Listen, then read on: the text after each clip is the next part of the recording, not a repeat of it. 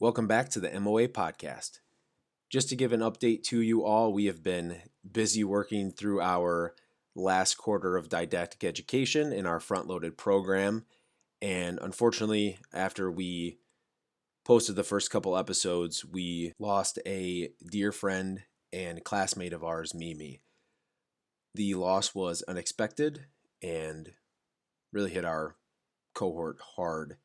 Mimi was funny, she was intelligent, she was strong, and she had a unique ability to encourage people to be their best, not only as students, but as people as well.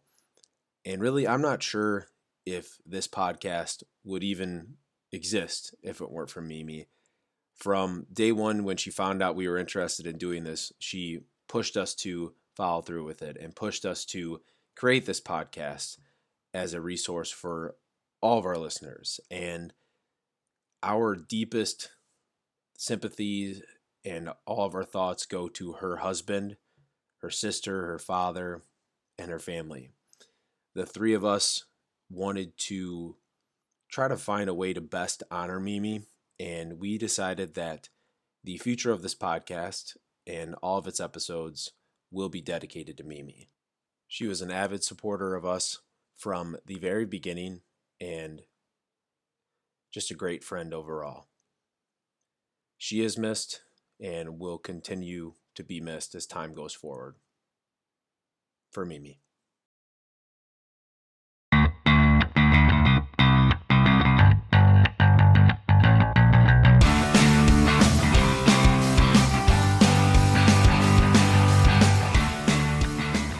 So last episode, we discussed the process of applying to CRNA school and preparing an application.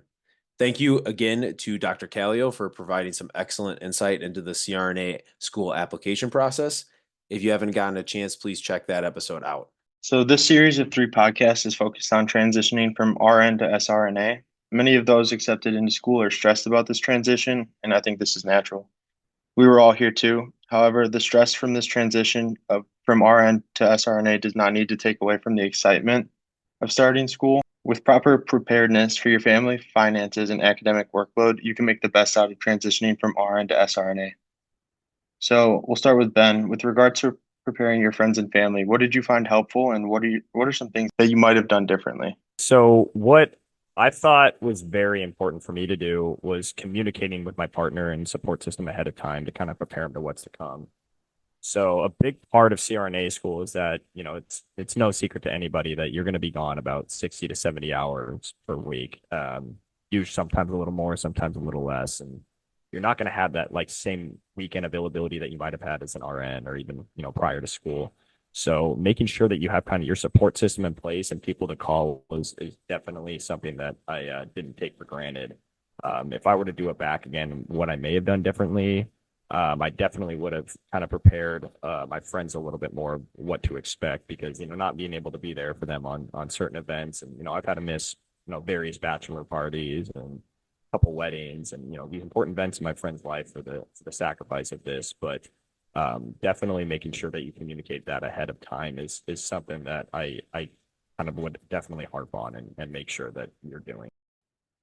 So, Ben, you have a unique perspective. You made the biggest move out of all of us. Both Dylan and I are from the Chicago land area, but you moved from Seattle. So, what advice do you have, and what was that big move like for you, and what were some things that helped to make it better on your behalf? Yeah, no, definitely. Thanks, Eric. So yeah, like you said, I'm from Seattle, so that's definitely. I've never been to Chicago. I never knew anyone out from here, but something I looked at when I was applying to CRNA schools was kind of a program of flexibility of what the timeline we had to move in. So thankfully, I'm thankful for the program that we're in that we were able to kind of have those first 9 months where you could live away from campus and kind of commute in for the 2 or 3 times that we needed to. So, if you're considering that, just make sure you have that in the back of your mind when you're looking at CRNA school, if that's something you're interested in, because I think that made my transition a little bit easier from kind of starting in Seattle and then having to move to Chicago, especially having no foundation or any friends here. doing that little online portion, I was able to meet you guys beforehand. So I kind of was able to know a few people before I moved here with you guys. And I honestly am thankful for you guys during this program. I don't think I'd be able to do it without you guys. So definitely work on making like study groups and friends within your cohort even beforehand. Most people in this program are pretty well motivated and are going to be willing to help you out. I mean, you guys are all in it together. So definitely reach out during early in orientation and just, if you find the right people, it really makes a huge difference. So like I said, I didn't know a single soul before moving here. And now I honestly feel like I have a second family.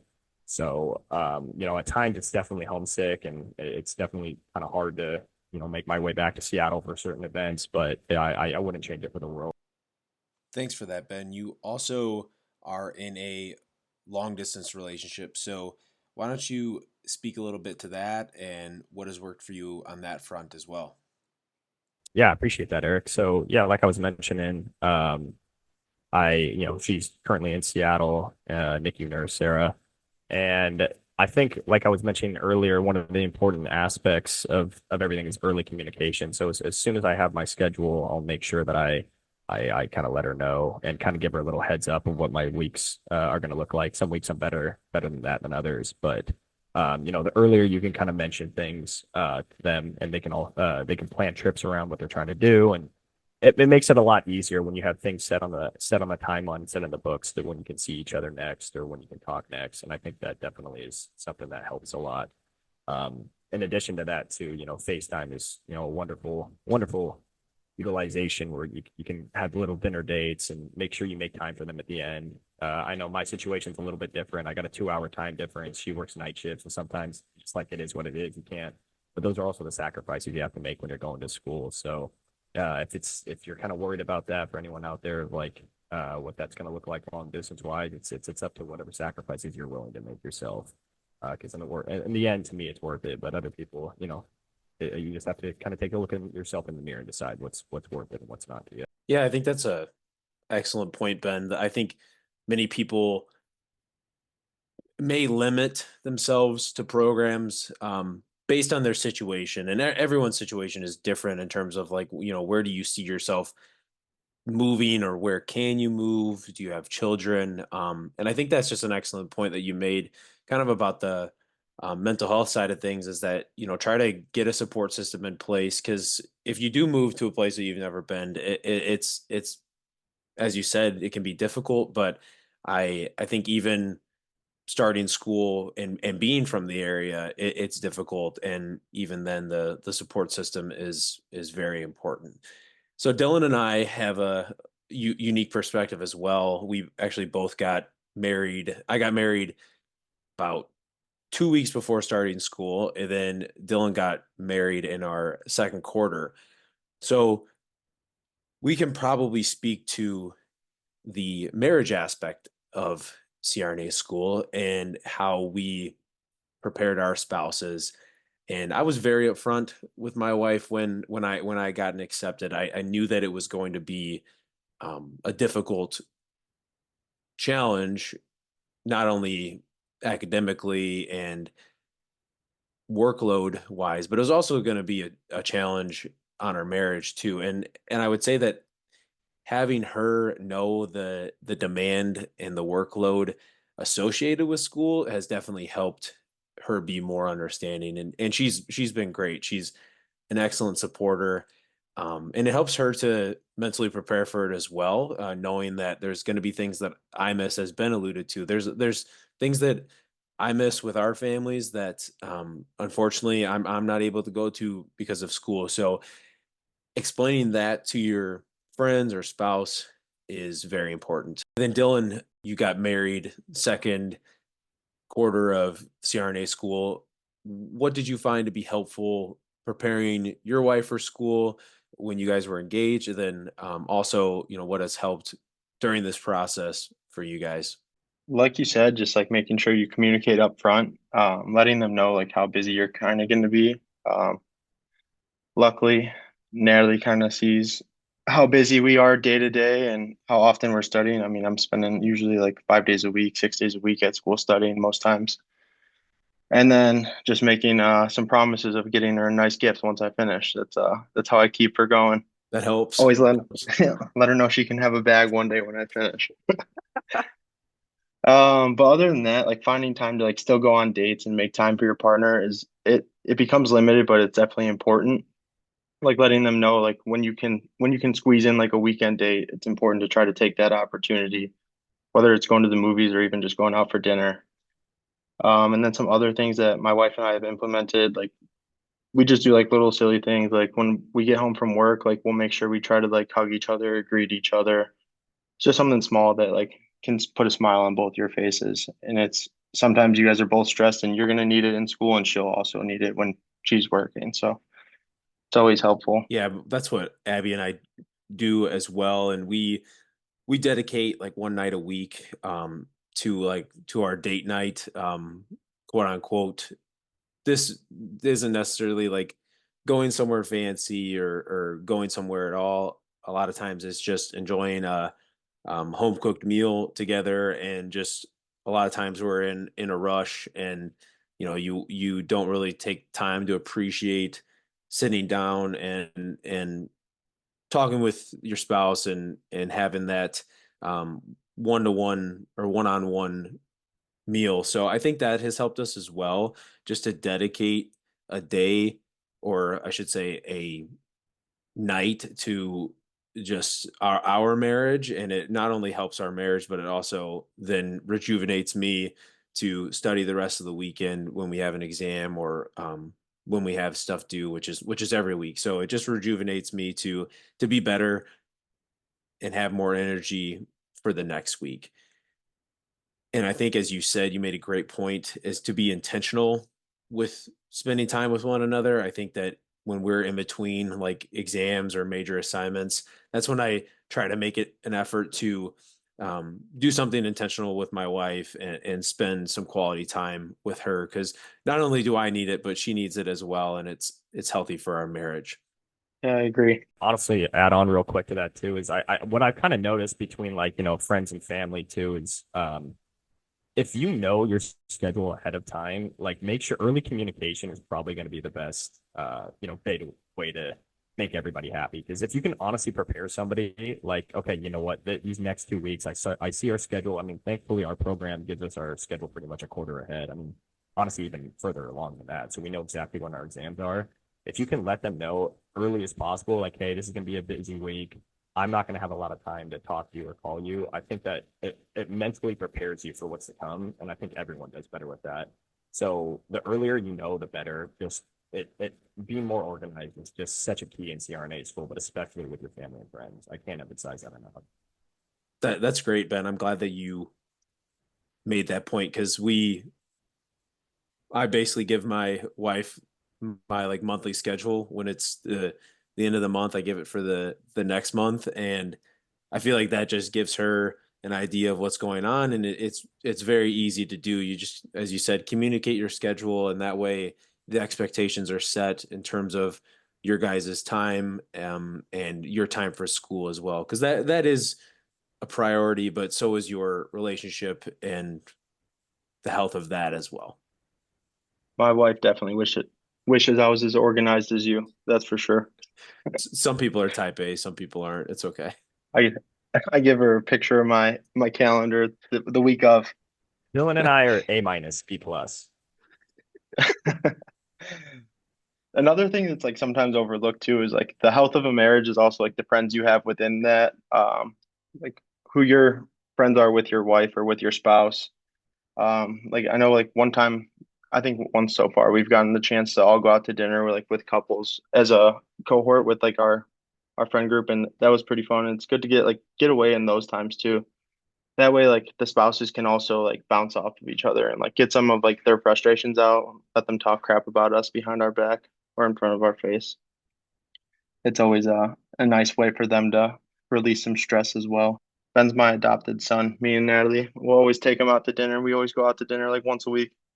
Unfortunately, we don't pay for him, but Now I'm part of date night now, so it's good.